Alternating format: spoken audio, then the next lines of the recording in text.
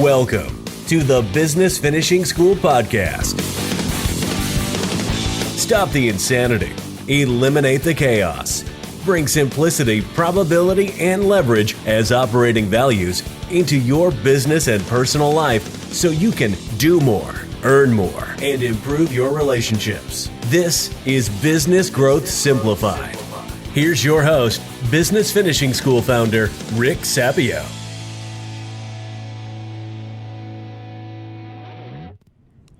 This is Rick Sapio, and I am excited to teach you a principle that I have learned the hard way over many years. It's all about principles and tactics. So as you know, we have 3 different formats that we send out on a monthly basis. We've got mindset training, we've got principles and tactics, and we've got money. Because we've seen so many entrepreneurs, they do everything right, and then they invest wrong, and all their hard work is for naught. So today we're going to talk about a principle that I have learned the hard way, and this podcast was spurred by a conversation with a friend recently who said, how do you control people, and how do you deal with controlling people? And I thought those are 2 weird questions. And this person's question was around the fact that they had a boss at work or a business partner who was extremely controlling. And they wanted to know how to be more controlling like that person. And she called me because she assumed that I was a controlling type of individual. And I said to her in response to that, which is a principle, I said, I think it's best in life to create and control systems, not people, because at the end of the day, it's impossible to control people. And so we had a very long conversation about this. And then I started thinking about this podcast and what's the best way to present it. So I want to start with a quote. Simple and clear purpose and principles give rise to complex and intelligent behavior, while complex rules and regulations give rise to simple and stupid behavior. That quote is from Dee Hock, who founded Visa in 1968. Visa has done trillions of dollars in revenue. So this person knows a thing or two about creating a global, complex system. I'm going to read the quote again. Simple and clear purpose and principles give rise to complex and intelligent behavior. Complex rules and regulations give rise to simple and stupid behavior. Dee Hock. So let me give you an example of what I mean by this. My wife and I, more than 10 years ago now, when she found out that she was pregnant, I didn't know if I would live past the age of 50. I was very concerned, because everybody in my family had died young. My dad died right after he turned 50. And so we decided to create a family placemat, which many of you know about. And the family placemat sits on our table when we eat dinner, and we have family dinner every night. And on that family placemat are our basically simple rules for being in our family. Our values, our family crest, what the crest means, how we run our family. Our wedding vows are there, 6 components to happiness, our favorite quotes, what happens at our family meetings. It's all there. And we set it, and our mind at the time this was permanent.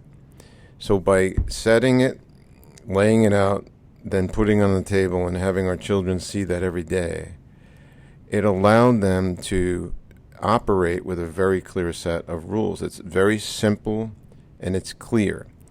And the quote says that when things are simple and clear, it gives rise to complex and intelligent behavior. So you might be thinking, wait a minute, it kind of doesn't make sense. So let me use an example that someone told me recently. If you can imagine 2 highways crisscrossing, and there's one that I have in mind, it's in Dallas, Texas, and there's bridges going one highway over the other, and if you want to get onto the other highway, you've got to go over these bridges. You're high up in the air, and there's guardrails on both sides, and traffic is going 60 miles an hour. going from one highway to the other highway over these massive ramps. Imagine if the guardrails were not there, but the bridges were there, and the cars still can go from one highway to the other. How slow would people drive if they knew the path, but the guardrails weren't there? So like when you look down out the window of your car, you can look down 50 feet. When the guardrails are not there, people would drive incredibly slow. They probably wouldn't even go over the overpass. They probably wouldn't take the ramp to get to the next highway. But by the addition of simple guardrails, people can go from one highway to the next highway at 60 miles an hour. Voltaire also said this. He said, when the rules are clearly defined, then and only then can true creativity flourish. So let's go back to where we started. Controlling behavior versus controlling a system. When my wife and I sat down to create the Family Placemat, we created a system. And it's up to us as parents to make sure that our kids understand that system. When controlling people, oftentimes the world doesn't go their way. They lose their mind. They've got to figure out a way to control people and situations. Oftentimes those people are the exact opposite. They have no system. They have no defined values that they operate from. They have no permanence.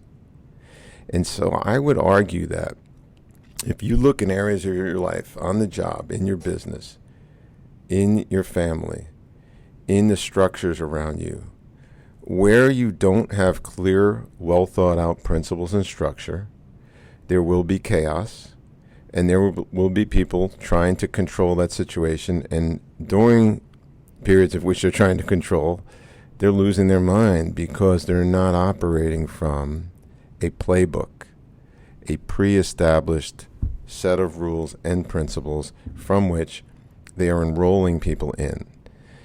So from my perspective, and I get accused of this a lot, I can see clearly what I'm trying to explain to you. And I'm wondering if you're hearing me clearly. So I'm going to give one more example, and it's an overused example, but I think it's important. I believe that all the work to create a system, whether it's a family structure, whether it's a nonprofit or a company, all the work should happen at the beginning before you start. That's when you think about the business frame. That's when you think about the values that you aspire to hold inside that entity or that family. That's when you think about all the rules and how things are going to unfold. And you do that work at the beginning. So then when you hit go, you can then execute on those principles. What happens in most situations is people want to be flexible, especially today. We live in a world of need it now, do it now, constant communication. We have forgotten permanence. And so the example I want to use, which I think is a great one, is for 4 years before they flew their first plane, Southwest Airlines thought about how do we keep things simple? How do we not look like any other airline? How do we stay committed to the common person? And with these principles that they had in mind, they developed the airline, which after they launched for the first 30 years, this is a fact, Southwest Airlines stock performance on the stock exchange for a 30-year cumulative period was the best performing stock on the market, an airline of all things. So let's use that example. When employees went to work for Southwest Airlines, in general, I'm sure there's a lot of rogue employees, but you had people and managers and owners, and I'm talking about share owners and upper-level C-suite people managing a system. They weren't trying to control people. If people opted into that system, they knew what the rules were. Just like when my kids opted in to accepting my wife and I as their parents, they're opting into a system. And it's the leadership in that entity, whether it's Southwest Airlines or me and my wife or you in any entity that you're involved in, it's up to you to control the system, not the people. But ideally what happens is, in a business especially, when the clarity of purpose, clarity of catalyzing statement, clarity of values, clarity of objectives, etc., are there for everybody to see, the right people over time will opt in and the wrong people will opt out. And so you don't need these controlling people. If a system relies on a controlling individual at the top, that system will eventually fail because that controller at the top will fail. They'll die, they'll move on, they'll divorce the system. So I'm going to repeat the 2 quotes again because I really want you to understand this. Voltaire, and he said it many different ways, but I'm going to say the way that I remember most. Only when the rules are clearly defined can true creativity flourish. And a lot of people reject that because they want all this flexibility and all this creativity. And by the way, my wife was that way until she saw how good the system worked. And now she's fully on board with the Family Placemat. And our kids are much older now. They're 5, 7, 9, 11. But they grew up in this system, which now they're flourishing. It's pretty cool to watch.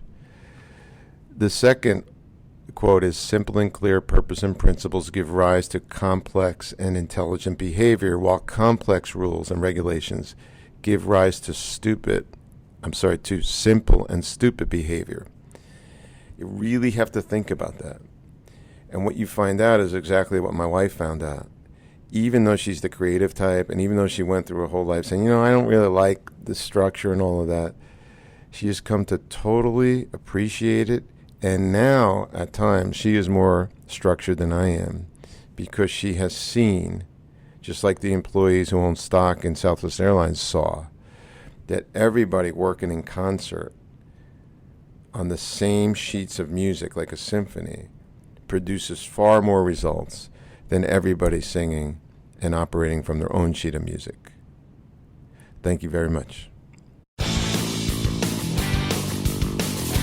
Thank you for tuning in to the Business Finishing School podcast, where we teach you business growth simplified. For more information on Business Finishing School or their Business Growth Summit event, visit businessfinishingschool.com.